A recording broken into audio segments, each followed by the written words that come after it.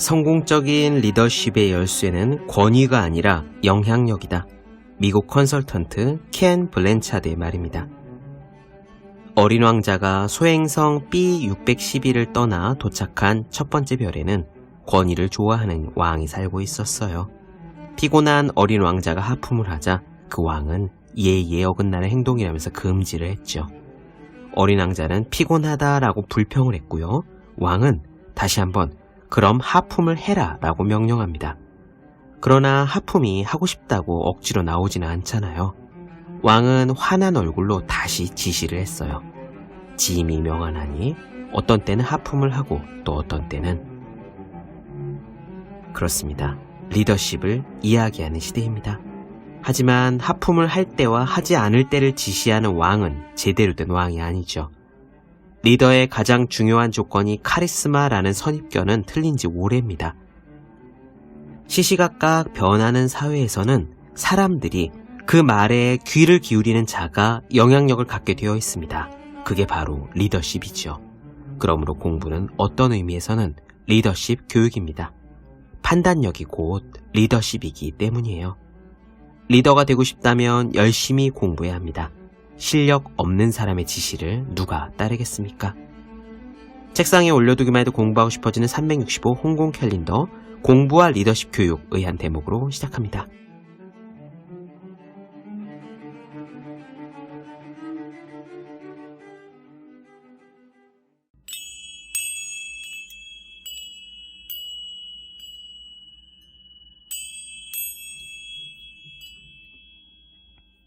네, 안녕하세요. 본격 공부작업 팟캐스트 서울대는 어떻게 공부하는가 한지우입니다. 사토 다카유키의 나는 회사 다니면서 공부하기로 했다. 오늘은 그 마지막 시간이 되겠습니다. 그동안 공부하는 데 유용한 팁들을 말씀드려온 것처럼 오늘도 몇 꼭지를 뽑아보았습니다. 특히 오늘은 이 책의 제목처럼 직장 생활을 하면서 공부를 병행할 때 도대체 시간을 어떻게 확보해내느냐에 대한 부분을 집중적으로 나누어 드릴게요. 방송 들으시고 팁이 더 궁금하신 분들은 책을 직접 읽어보시기 바랍니다. 얇고 쉬워서 힌트들을 쏙쏙 뽑아내기가 좋습니다. 우선 저자는 단언하는데요. 수면 시간을 줄이지 말라고 합니다. 본인도 하루에 8시간, 적어도 7시간은 자야 머리가 돌아간다. 회사 다니면서 회계사와 변호사 시험을 공부할 때도 그렇게 했다라고 하는데 저 역시 수면을 줄이지 않는 것이 정말 중요하다고 생각합니다. 강의 다닐 때도 늘 이야기하지만 저도요 고3 때 하루 7, 8시간은 잤고요. 지금도 거의 똑같습니다. 이 방송을 하는 오늘도 어제 12시 반에 자서 아침 7시 반에 꽉 채워서 일어났으니까 7시간은 잤거든요. 공부하는 모든 사람들에게는 아주 핵심입니다. 근데 왜 잠을 줄이지 말아야 할까요? 물론 하루 4, 5시간만 자면서 버틸 수 있어 라고 말하시는 분도 계실 겁니다. 문제는 버티느냐가 아니라 머리가 맑냐, 공부할 의지가 가득하냐예요. 4, 5시간만 자면서 머리가 맑고 컨디션이 좋은 분들에게 잠을 더 자라고 말씀드리는 건 아닙니다. 만약 나는 7시간을 자야 한다, 8시간은 자야 한다, 그것보다 덜 자면 머리는 멍하다 라고 하시면 수면 시간을 줄이는 식으로 공부 시간을 확보하는 것은 별로 좋지 않다는 점을 말씀드리는 겁니다. 그럼 어떻게 하느냐? 잠은 확실히 자고 대신 깨어있는 시간에 확실히 하는 거죠. 저는 혼자 하는 공부 책에서도요, 틈틈이 하는 공부를 강조했는데 여기서 말씀드리는 틈틈이 하는 공부란 기본적으로 깨어있는 모든 시간에는 공부를 한다 라는 마인드를 갖는 걸 말합니다. 이 책의 저자도 마찬가지예요.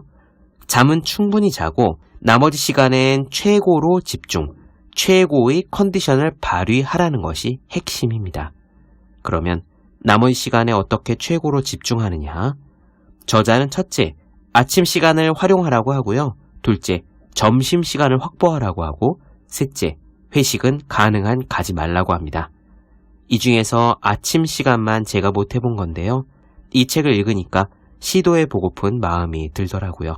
그럼 오늘 마지막 이야기 지금 시작하겠습니다.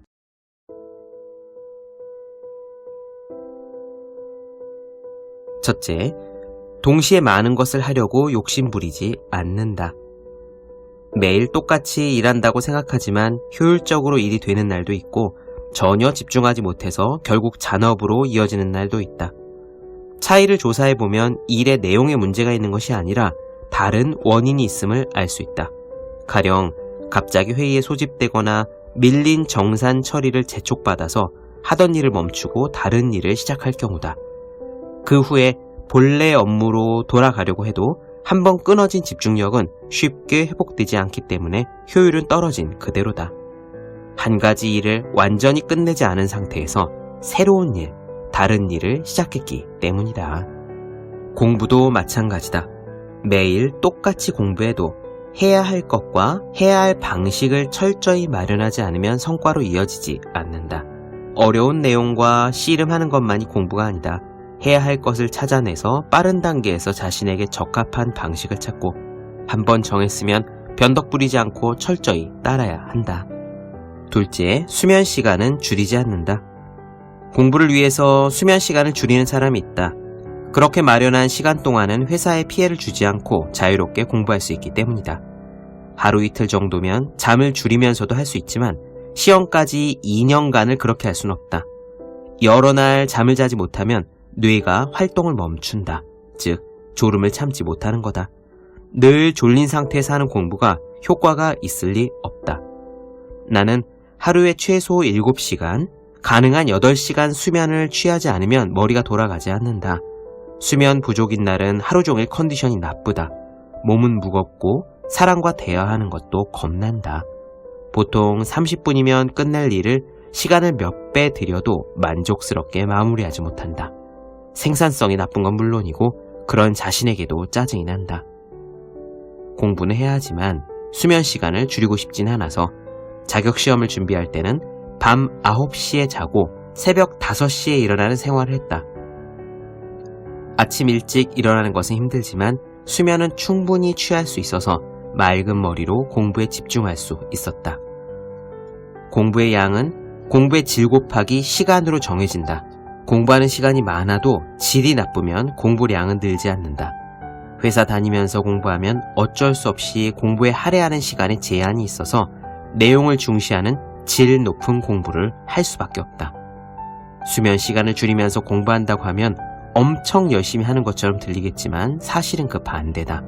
공부를 방해하는 최악의 행위가 바로 수면 시간을 줄이는 것이다. 셋째, 공부 시간은 아침에 확보한다. 나의 생활 방식은 완전한 올빼미형이었다. 자격증 시험을 위해 공부를 시작했을 당시에는 직장에서 퇴근해 돌아와 저녁 식사를 한 다음에 책상 앞에 앉았다. 그럭저럭 한두 시간은 버티는데 좀 더 지나면 졸음이 쏟아진다. 당연히 공부 효율은 오르지 않았다.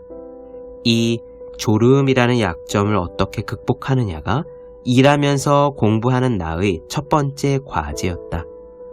앞서 말했지만 나의 경우 최소 7시간은 자야 한다.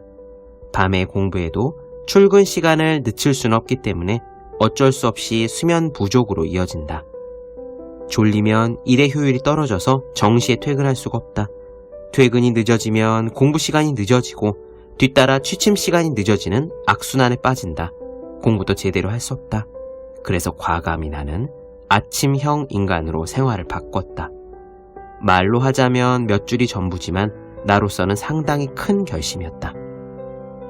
올빼미 형이었을 때는 아침 일찍 일어나면 머리가 제대로 돌지 않는다라고 생각했는데 완전한 오해였다.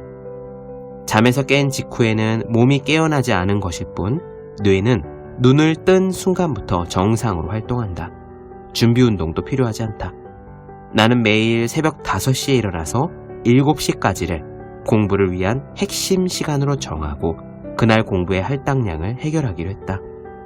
공부를 한 후에 출근해서 일을 하면 이미 가동된 뇌가 전력으로 움직여주기 때문에 일도 효과적으로 할 수 있다. 출근 전에 할당된 공부를 전부 할 수 없다고 해도 근무 시간 동안 효율성 높게 업무를 처리해 야근 없이 퇴근할 수 있기 때문에 퇴근 후에 하는 공부는 시간이 오래 걸리지 않아 끝낼 수 있다. 이런 식으로 하루의 생활 방식을 정하자 점점 컨디션이 좋아지고 정신적으로도 안정되는 것이 느껴졌다. 넷째, 혼자만의 시간을 만든다. 공부를 하기 위해서는 혼자만의 시간이 필요하다. 일을 하면 쉽게 그 시간을 만들 수 없다. 출퇴근 시간은 귀중한 공부 시간으로 사용하는데 점심시간을 개인적으로 쓸 수 있다면 이 또한 공부 시간으로 활용할 수 있다. 직장 내 여건도 있기는 하지만 그래도 가능하다면 점심은 혼자 식사하는 것을 권한다. 다른 사람과 같이 먹으면 식사 속도도 맞춰야 하고 대화를 하는 등 필요 이상으로 시간을 쓴다. 그런데 혼자 먹으면 서둘러 식사를 끝내고 그 후의 시간을 공부하는 대로 돌릴 수 있다. 나는 혼자 식사하는 것도 좋아해서 종종 밥을 먹으며 공부했다. 적어도 식사 정도는 제대로 해야 한다고 생각할지 모르지만 만약 하루 30분을 아낄 수 있으면 닷새에 2시간 반이 남는다. 목표가 있는 사람이 공부에 쓰지 않고 보내기에는 아까운 시간이다. 다섯째, 회식은 되도록 패스한다. 야근은 하지 않아도 술자리 등의 회식은 거절할 수 없다는 사람도 있다. 사내 송별회나 친목회뿐만 아니라 거래처 접대는 사실 업무의 연장으로 인식되어 있다. 나도 일본과 미국에서 여러 번 회식에 참가했는데 늘 공부 시간을 빼앗겨서 난처했다. 지금 거의 참석하지 않는다. 회식에 이점이 없다고 느끼기 때문이다. 물론 술자리를 권하는 사람들은 좋은 생각으로 하는 것으로서 아무런 악의가 없다. 상사에게 잘 보일 기회다.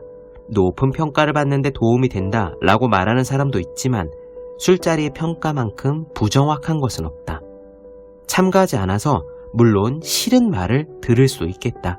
하지만 최대한 신경 쓰지 말도록 그날의 공부를 해내는 것이 더 중요하지 않은가. 갑자기 회식에 빠지는 것이 어려우면 퇴근 후의 술자리는 기준을 정해서 최소한으로 참석해도 좋다. 가령 3번에 1번꼴로 참석한다던가 부득이하게 참석해야 해도 1차에서 끝낸다 라는 등의 스스로와의 약속이 필요하다. 이렇게 정하면 회식에 참석한 날은 집에 일찍 돌아가 쉬고 다음날 아침 일찍 일어나서 공부하는데 지장을 받지 않는다.